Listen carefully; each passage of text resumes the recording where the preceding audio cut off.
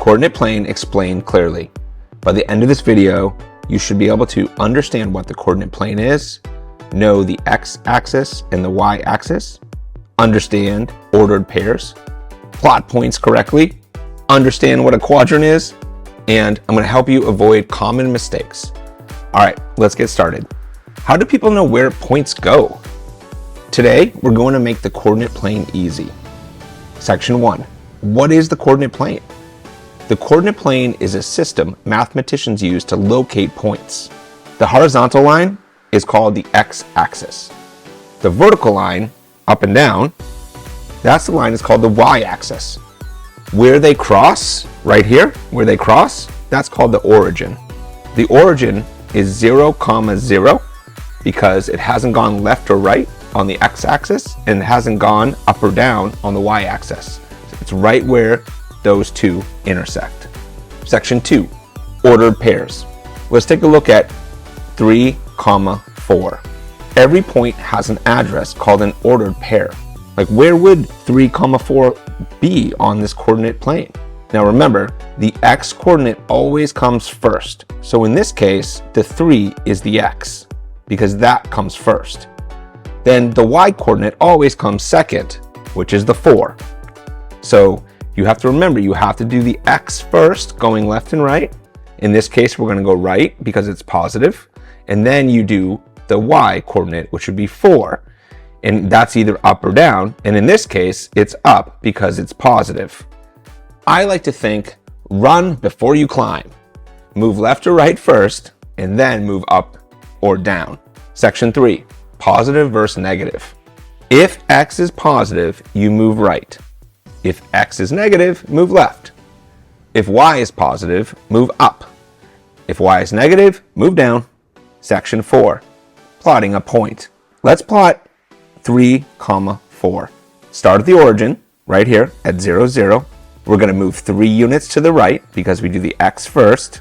Then we move 4 units up because we do the y second. And there's our point. That's where 3, 4 would live. Let's talk about common mistakes. One of the biggest mistakes students make is moving up first instead of across first. So they switch around the x and the y. So remember, you need to run before you climb. So move left or right first, then move up and down. So be careful of that. That is where most of the mistakes happen. Section 5, quadrants. Okay, let's take a look at the quadrants. In the top right, we have quadrant 1. That's positive, positive, meaning it's going to be a positive x and a positive y. In our previous example, we had 3, 4. That was a positive 3 and a positive 4. So we went to the right 3 and we went up 4. That landed us in quadrant 1 because both the x and the y were positive. Quadrant 2, that's negative, positive. If an ordered pair has an x that's negative and a y that's positive, it will always land in quadrant 2 because you're going to go left first for the x and then you go up for the y. Quadrant 3, negative, negative. When the x is negative and the y is negative, you will always land in quadrant 3. Quadrant 4. Quadrant 4 is positive, negative. X is positive, y is negative, and you will land in quadrant 4. Quadrants help us describe where points are located. All right, let's do a few examples. Let's find 5, 2. Where would 5, 2 live? Well, keep in mind we're going to go over 5 on the x, up 2 on the y. 5, 2 would live right there. What quadrant? Yeah, it would be in quadrant 1. All right, now let's locate the ordered pair negative 3, 6. The x is negative 3, so we need to go to the left 3 to negative 3, and then we're going to go up 6 on the y. Yep, we're in quadrant 2 for negative 3, 6.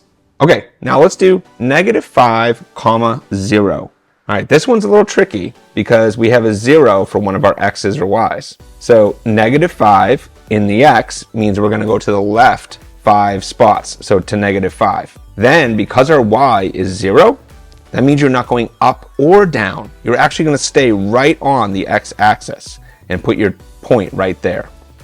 This is where negative 5, 0 would live. All right, what if we flip-flop those? What if we had 0, comma, -5? Since there's a 0 in the x now, you wouldn't go left to right at all. You would just stay right at the origin for that part. Then -5 for y means you're going to go down 5 spots on the y. So when you put the point right there on the y-axis. What about 7, comma, -2? Again, let's do the x first. So we're going to go over 7, and then we'll do the y. We'll go down 2. That's where 7, comma, -2 would live. If this video was helpful to you, please take a moment, like, subscribe. I don't want you to miss any of my lessons. And if you have a moment, share them with your friends. The more people I can reach and teach about math, the better. Thank you so much. I really appreciate it, and we'll see you in the next lesson.